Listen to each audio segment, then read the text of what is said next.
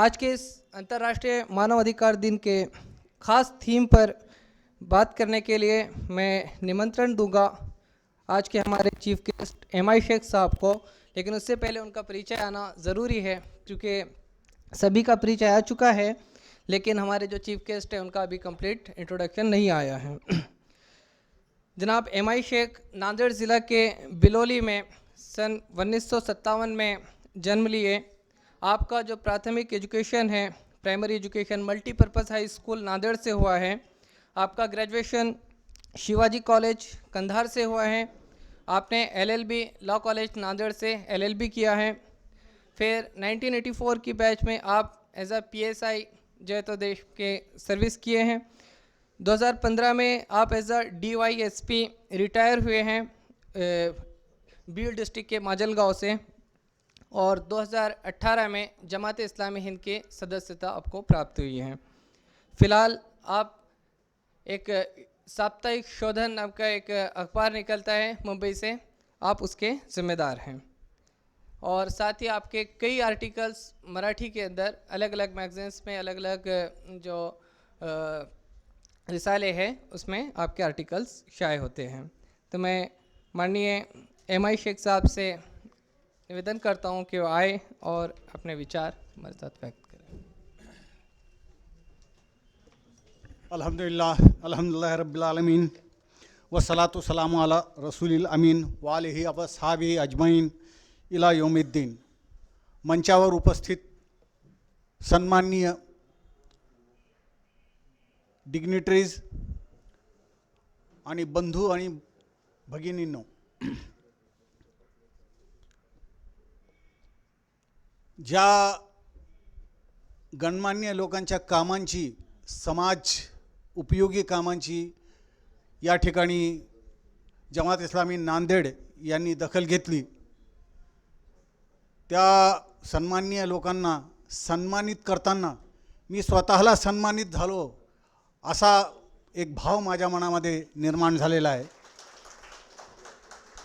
असं म्हटलं जातं की police officer is a doctor of society, आणि माझ्या करिअरमध्ये समाजातून किती नासलेला आहे, किती सडलेला आहे हे मी प्रत्यक्ष पाहिलेलं आहे आणि त्याला डील केलेलं आहे। पोलीस खात्यामध्ये असताना अनेक कामं समाजसेवेची माझ्या हातून घडलेली आहे ईश्वर कृपेने। विशेष करून भोकरमध्ये 1992ला जेव्हा बाबरी मस्जिदची शहादत झाली होती, त्यावेळेस भारत उभा आणि आडवा जळत होता, त्यावेळेस भोकरमध्ये एका हिंदूने एका मुसलमानाला थप्पड मारली नाही, एका मुसलमानाने एका हिंदूला थप्पड मारली नाही। अतिशय शांतपणे त्या शहराला हाताळण्यामध्ये मला ईश्वर कृपेने यश आलं। आता या पार्श्वभूमीवर की मला आपण इथे बोलवलं आणि ह्युमन राईटबद्दल बोलण्याची मला संधी दिली, त्याबद्दल जमात इस्लामी हिंद नांदेडचा मी आभारी आहे। सुरुवात करतो मानवाधिकार म्हणजे काय, बेसिक थिंग की मानवाधिकार म्हणजे काय। तर कुठल्याही परिस्थितीत जी नैतिक वर्तणूक एखाद्या माणसाला मिळायला पाहिजे, ती वर्तणूक मिळणे म्हणजे नैतिक अधिकार, मूलभूत अधिकार। आपण पाहतो की शत्रुत्व एवढं जास्त होतं की मेलेल्यावर सुद्धा प्रेतावर त्याचे तुकडे करण्यापर्यंत, तुडवण्यापर्यंत परिस्थिती जाते। तर मेलेल्या माणसाचे सुद्धा अधिकार असतात की त्याला सन्मानाने त्याचा दफनविधी किंवा त्याचा अंतिम विधी त्याच्या धर्माच्या प्रमाणे व्हावा, त्याला सन्मान डेड बॉडीला सुद्धा मिळावा। तर मग मुख्य जिवंत माणसाला जो सन्मान मिळाला पाहिजे तो किती उच्च प्रतीचा असेल याचा आपण अंदाज लावा। माणसाला नैसर्गिकरित्या जे अधिकार प्राप्त झालेले, हजरत उमरनी सांगितलेले आपल्या एका गवर्नरला कि तुमने कब से अपनी रियाया को गुलाम बना दिया जबकि उनकी माँ ने उनको आज़ाद जना था। ये सर्वात मोठा अधिकार हा स्वातंत्र्याचा अधिकार आहे, स्वतंत्र राहण्याचा अधिकार आहे। आपल्या या प्रिय देशाला स्वतंत्र करण्यामध्ये किती लोकांनी आपल्या जीवाची बाजी लावली, किती लोक फासावर चढले गेले। 18 वर्षाचे, 22 वर्षाचे खुदीराम बोस किती वर्षाचा होता, 24 वर्षाचा। किती भगत सिंग किती वर्षाचे होते। या तरुणांनी या देशाला स्वातंत्र्य मिळवून देण्यासाठी आपल्या जीवाची बाजी यासाठी लावली की आपण एक भ्रष्ट देश उभा करावा, एक अनैतिक समाज उभा करावा? कदापि नाही. आपण जर या देशाशी एकनिष्ठ नाही राहिलो, या देशाशी नैतिक वर्तन आपण सुरू नाही ठेवलं, तर ती आपल्या त्या महान आत्म्यांशी द्रोह होईल ज्यांनी या देशाला स्वातंत्र्य करण्यामध्ये आपल्या जीवाची बाजी लावलेली होती. तर मानवाधिकार ही संकल्पना आली कशी पुढे? मित्रांनो, लक्षात ठेवा की पहिला आणि दुसरा महायुद्ध जेव्हा झालं तेव्हा कोट्यवधी लोकांचे प्राण गेले. काही कारण असू द्या, दोन्ही महायुद्धांचं कारण राजकीय काही असू द्या, पण माणसं मेली, ॲक्च्युअली जिवंत माणसं मेली कोट्यवधी लोकांनी संख्येने. तेव्हा जगाच्या लक्षात आलं की ही फार मोठी चूक आपण केली आणि समजूतदार राष्ट्रांनी पुढाकार घेऊन संयुक्त राष्ट्राची स्थापना केली. संयुक्त राष्ट्राची स्थापना झाल्यानंतर 1948 साली, एक्झॅक्ट 10 डिसेंबर 1948, 75 वर्ष आज पूर्ण होत आहेत, त्या दिवशी international charter of human rights हे मंजूर करण्यात आलं. आणि त्या चार्टरप्रमाणे कायदा 1976 साली झाला आणि त्या कायद्याला ज्या युनोच्या सर्व सदस्य देशांनी सह्या केल्या, स्वीकारला, त्याच्यात आपला सन्माननीय भारत देशसुद्धा आहे. आणि त्याच कायद्याप्रमाणे 1993ला मानवाधिकार कायदा तयार करण्यात आला आणि त्याच्यात दोन संस्था आहेत, केंद्रीय मानवाधिकार आयोग आणि राज्य मानवाधिकार आयोग, हे दोन संस्था आहेत. या संस्थांचं काम काय हे आपण नंतर पाहू किंवा ते आपण स्वतंत्र पाहू शकता. मला सांगायचं तात्पर्य आहे की मानवाधिकार जे आंतरराष्ट्रीय स्तरावर मान्य करण्यात आलेले आहे, भारताने ते स्वीकारलेले आहेत. आपल्या घटनेच्या महान घटनाकारांनी त्या सर्व अधिकारांना भारतीय संविधानाच्या, भारतीय राज्यघटनेच्या चॅप्टर 3 मध्ये त्यांनी ते इन्क्लूड केले, त्यांचा समावेश केला. आर्टिकल 14 ते 18 हा समतेचा अधिकार आहे. चॅप्टर नंबर 3 आर्टिकल 14 ते 18 हा समतेचा अधिकार आहे. कायद्यापुढे सर्व नागरिक समान आहेत, कोणीही कायद्यापेक्षा श्रेष्ठ नाही. स्वातंत्र्याचा अधिकार आर्टिकल 19 आणि 22 मध्ये आहे. 19 ते 22 स्वतंत्र राहण्याचा अधिकार आहे. कोण कोणाला आज गुलाम बनवू शकत नाही. प्रत्येक माणूस हा स्वतंत्र आहे. त्याचा शोषणाच्या विरुद्धचा अधिकार आर्टिकल 23 आणि 24 मध्ये आहे. धार्मिक स्वातंत्र्याचा अधिकार आर्टिकल 25 आणि 28 मध्ये आहे. सांस्कृतिक आणि शिक्षणाचा अधिकार, संस्कृती आणि शिक्षणाचा अधिकार 29 आणि 30 आर्टिकल प्रमाणे आहे. आणि संवैधानिक उपाय करण्याचा अधिकार, म्हणजे ही जी आर्टिकल्स आहेत, ही जी अधिकार आहेत, या अधिकारांचं व्हायलेशन जर होत असेल तर त्याच्यावर उपाय करण्याचा अधिकार आर्टिकल 32 प्रमाणे आहे आणि आर्टिकल 51 प्रमाणे भारतीय नागरिकांची कर्तव्य दिलेली आहेत. आता मूलभूत अधिकार हे जे दिलेले आहेत, ऐसे कहा जाता है कि ॲक्ट अलग होती है और फॅक्ट अलग होती है. आपल्याला अधिकार मिळालेले आहेत, पण प्रत्यक्षात अधिकार ते मिळत आहेत का? आणि अधिकारांचं रक्षण करण्याची ज्याच्यावर जबाबदारी आहे तो पोलीस विभाग, कारण ह्या नागरिकांचं संरक्षण. आता मला तुमच्यापैकी एखाद्याने माझ्यावर अटॅक केला तर मला संरक्षण करण्याचा कितपत अधिकार आहे? माझं प्रोटेक्शन करण्याचा अधिकार स्टेटचा आहे, म्हणजे पोलिसांचं आहे. तर पोलीस आपल्या नागरिकांच्या मूलभूत अधिकारांचं रक्षण करायला समर्थ आहेत का? तर हो आहेत. परंतु ते करतायत का? तर त्याचं उत्तर आहे नाही. महाराष्ट्र पोलिसांच्या उज्ज्वल परंपरेला साजेशा अशा या विभागामध्ये पूर्ण आयुष्याची, तारुण्याची सगळी वर्ष घालवल्यानंतर माझ्या लक्षात आलं की there are some black ships in every ocean. यात वाद नाही. मी अनेक तपासांच्या कामानिमित्त अनेक राज्यांच्या पोलिसांच्या संपर्कात आलो. अनेक ठिकाणी मी तपास केलेले आहेत, इतर राज्यामध्ये सुद्धा जाऊन. पण महाराष्ट्र पोलीस एवढा व्यावसायिक पोलीस दल दुसरं कुठलंही नाही. पण या पोलीस दलामध्ये सुद्धा अनेक लोक असे आहेत की जे मानवाधिकाराची पायमल्ली करतात. सर्वात जास्त वर्स्ट सिच्युएशन उत्तर प्रदेशमध्ये. आज मला सांगा की man home is a castle of man म्हणतात. म्हणजे घर काय आहे? माणसाचा किल्ला आहे. घर आपण इथून सगळे कुठे जाणार? घरी जाणार. रात्र थंडीची आहे, प्रोटेक्शन कुठून मिळतं? घरातून मिळतं. चोरापासून प्रोटेक्शन, नैसर्गिक आपत्तींपासून प्रोटेक्शन कशापासून मिळतं? घरापासून मिळतं. आज उत्तर प्रदेशमध्ये काय चाललं आहे? मध्य प्रदेशमध्ये काय चाललं आहे? आसाममध्ये काय चाललं आहे? एका जिल्हाधिकाऱ्याच्या मनात येतं, एका SP च्या मनात येतं, एक फौजदार जातो आणि बुलडोज करून टाकतो त्याच्या नागरिकाच्या घराला. ज्या घराला तयार करण्यासाठी 40 वर्ष एका माणसाने तयारी केली, त्याचा 40 मिनिटात त्याचं घर उद्ध्वस्त केलं जातं. This is the direct violation of human right. आज कोणीही पोलीस कोणाच्याही घरात जातात, उचलतात आणि त्याला नेऊन टाकतात जेलमध्ये. पत्ता लागत नाही तो कुठल्या जेलमध्ये, कुठल्या पोलीस स्टेशनला गेलं तर कोणी दखल घेत नाही. वास्तविक पाहता DK बसूच्या जजमेंटमध्ये 11 मुद्दे दिलेले आहेत, ज्याचा अवेअरनेस येणं सगळ्यांना, ज्याची माहिती सगळ्यांना असणं आवश्यक आहे. प्रत्येक पोलीस स्टेशनला दर्शनी भागावर ते लिहिणं गरजेचं आहे की कोणाला अटक करतायत, का अटक करतायत, अटक करणारा कोण अधिकारी आहे, त्यांनी नेमप्लेट डिस्प्ले केलेली आहे का, त्याचा दर्जा कोणता आहे, कुठल्या गुन्ह्यात अटक करतोय, त्याचं सेक्शन कोणतं आहे, तो बेलेबल आहे का, ते नॉन बेलेबल आहे का. ह्या सगळ्या गोष्टी सांगणे हे पोलिसांची जबाबदारी आहे. परंतु अडाणी जनता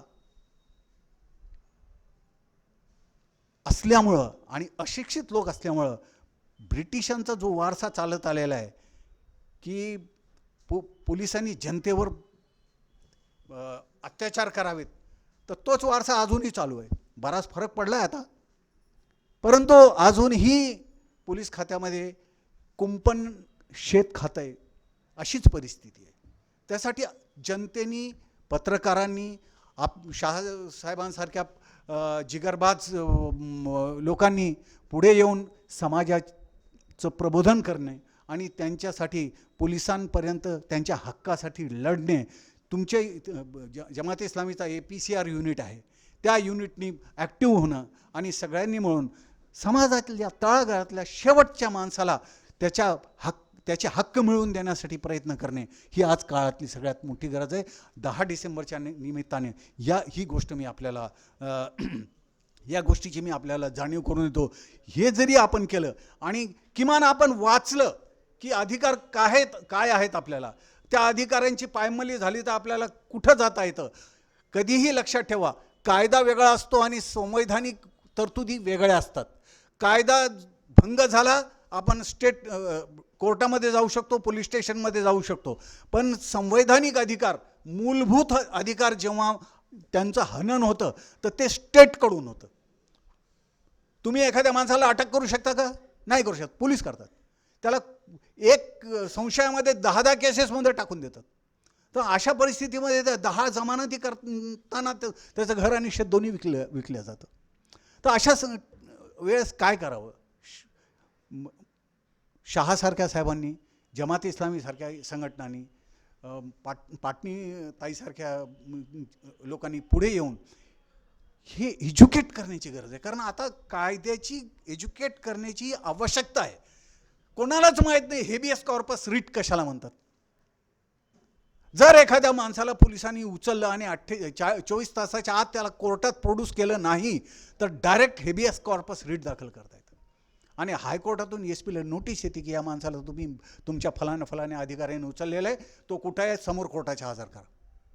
आपल्याला माहीत नाही. त्याच्यामुळे आपण त्या पोलिसांच्याच मागं लागतो. एखादा नगरसेवक पकडतो, एखादा लीडर पकडतो, एखादा पत्रकार पकडतो आणि जाऊन आपलं तिथं आपण चुकीच्या मार्गाने प्रयत्न करत असतो. तर प्रश्न असा आहे की आपण जोपर्यंत सुशिक्षित होणार नाही, आपल्या अधिकारांची जाणीव जोपर्यंत आपल्याला होणार नाही, तोपर्यंत काहीही शक्य होणार नाही. मुळात पाटणीताई जे काम करतात, शहासाहेब जे काम करतात, जमात इस्लामी जे काम करते, सफा बैतुल मालवाले जे काम करतात, या देशामध्ये असणाऱ्या असंख्य स्वयंसेवी संघटना जे काम करतात, ते काम कोणाचं आहे? सरकारचं आहे. सरकारला कळत नाही का? आपले जे लोकप्रतिनिधी आहे, तुम्हाला इतकं असं वाटतं का की आपले लोकप्रतिनिधी इतके भोळे आहेत की शिक्षण आणि आरोग्य सेवा या मोफत केल्या, दर्जेदार सेवा, शिक्षण आणि हे दोनच, शिक्षण आणि आरोग्य सेवा या मोफत केल्या आणि त्याच्यासाठी सरकारी खजाना ओतला तर जनतेचं कल्याण होईल होईल ना. या दोनच गोष्टी अडतो कुठं माणूस, या दोनच गोष्टीसाठी.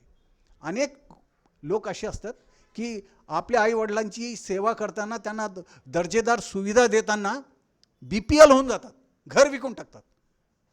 सरकारी दवाखान्यात नेलं तर समाज काय म्हणेल, मग मोठ्या हॉस्पिटलमध्ये न्या, त्यासाठी काय करा, घर विका, शेत विका, BPL होऊन जातात, बिलो पॉवर्टी लाईन. या दोन सुविधा जर सरकारने जशी दिल्ली सरकारमध्ये दिलेल्या आहेत तशा जर सगळ्या भारतभर दिल्या तर आपला देश किती पुढे जाईल. पण कोणी देत नाही, कारण हे जाणून बुजून असं केलेलं असतं. हे सर्व पक्षीय अजेंडा आहे, कुठल्या एका पक्षाबद्दल नाही, की जनतेला या ही पद्धत आहे. वेस्टर्न डेमोक्रेसी जी वेस्टमिनिस्टर टाईपची डेमोक्रेसी जी आहे त्याच्यात भांडवलदारांचीच पकड असते. कारण जनता शहाणी झाली, आरोग्यदायी झाली, किती लोकांना ते प्रश्न विचारेल.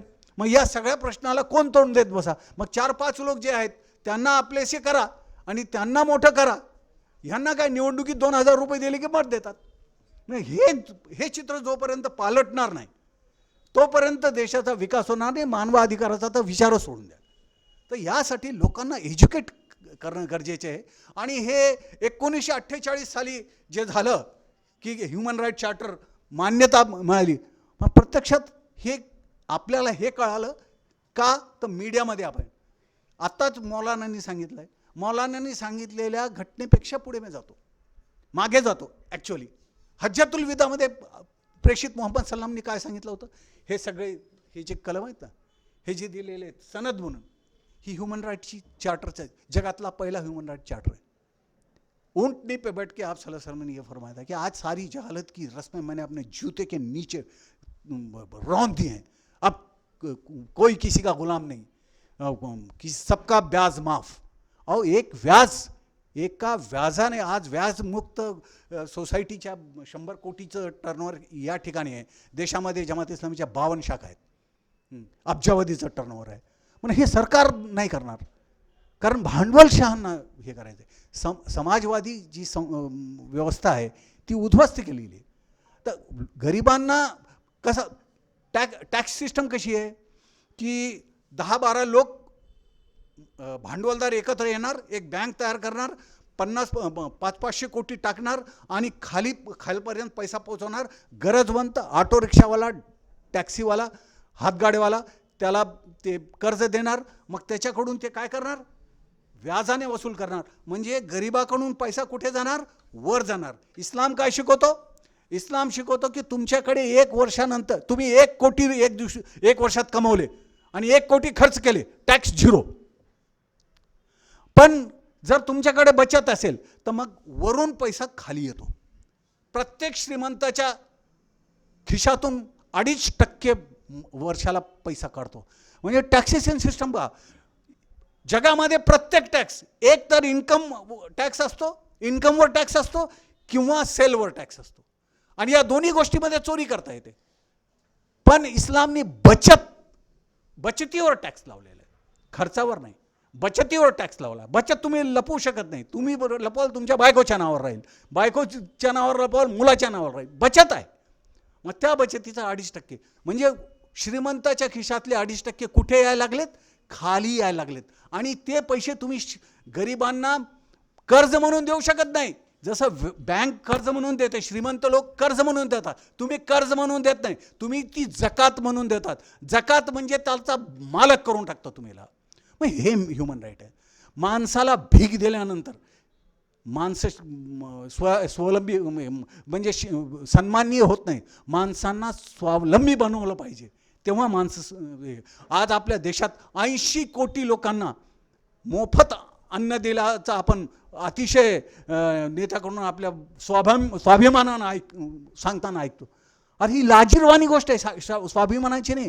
75 वर्ष आज हे होऊन आपल्याला स्वातंत्र्य होऊन जर आपल्याला 80 कोटी लोकांना मोफत राशन द्यावं लागत असेल आणि त्यांच्या सन्मानाला पायाखाली चिरडून त्यांना भीक द्यावी लागत असेल तर याच्यासारखा लाजिरवानापणा कुठला नाही, याच्यापेक्षा कृतघ्नपणा कुठला नाही. स्वातंत्र्य सैनिकाच्या आत्म्याची ती प्रताडना आहे. तर मित्रांनो, आज या निमित्ताने मी एकच गोष्ट सांगतो की जमाते इस्लामी हिंद एक नैतिक समाज तयार करू इच्छिते. नैतिक समाज, प्रत्येक क्षेत्रामध्ये नैतिक समाज, नैतिकता महत्त्वाची आहे. आज शहा साहेब, पाटणी साहेब, पाटणीताई आणि बैतुल मालचे सफा मौलाना सरवर साहेब किंवा जमाते इस्लामी यांनी नैतिक होऊन जमणार नाही. सगळा समाज नैतिक व्हावा लागेल. कारण आपली नैतिकता किती आहे, आपण किती लोक आहोत, आपली शक्ती किती आहे. लक्षात ठेवा, शील विनय आदर्श श्रेष्ठता, शील विनय आदर्श श्रेष्ठता, तार बिना झंकार नहीं, शिक्षा क्या स्वर साध सकेगी, घर नैतिक आधार नहीं. बड़े बड़े डून स्कूल से निकलने वाले सबसे ज़्यादा भ्रष्टाचारी है. बड़े बड़े 12 क्लास से पढ़ के आने वाले सबसे बड़े भ्रष्टाचारी है. तो सवाल क्या है की आपल्या देशाला आपल्याला नैतिक शिक्षा द्यावी लागेल आणि याची तयारी आपल्या माझ्या भगिनीची पहिली आहे. क्यों? प्रेषितांनी सांगितलं आहे, प्रेषित सल्लल्लाहु अलैहि वसल्लम ने सांगितलं आहे की माँ की गोद बच्चे की पहिली दर्जगाह होती है. तर या प्रसंगी आपण मला बोलवलं आणि ह्युमन राईटबद्दल अवेअरनेस करण्याबद्दल मला बोलण्याची आपल्याला संधी दिली. माझं काही चुकलं असेल तर मी क्षमा मागतो आणि पुन्हा एकदा जमात इस्लामी हिंद नांदेडचं आभार प्रदर्शन करतो की त्यांनी मला बोलावलं, माझा सन्मान केला आणि बोलण्याची संधी दिली. जय हिंद, जय महाराष्ट्र.